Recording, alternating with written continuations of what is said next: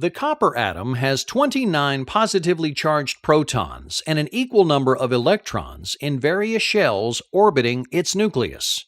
After filling the first shell with 2 electrons, the second with 8, the third shell with its maximum 18 electrons, the outermost shell of copper is occupied by a single electron. The lone electron is loosely held in its valence orbit and thus can become a free electron. The ability of this electron to freely move away from its nucleus gives the copper atom its current carrying capacity.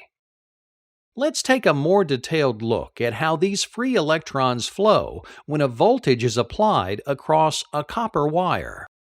Taking a simplified version of a copper atom with its single valence electron, let's distribute copper atoms along the length of a copper wire.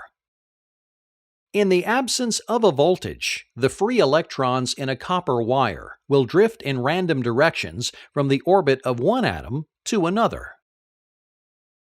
When a voltage is introduced to the copper wire, the electrons can be directed through the wire, with the electrons moving towards the positive end of the source voltage. This movement or flow of electrons in one direction is called electron current flow, or just current. Materials that have free electrons and allow electrical current to flow easily are called conductors. Conductors, such as copper, have low resistance to electrical current flow and thus are used extensively in electrical circuits.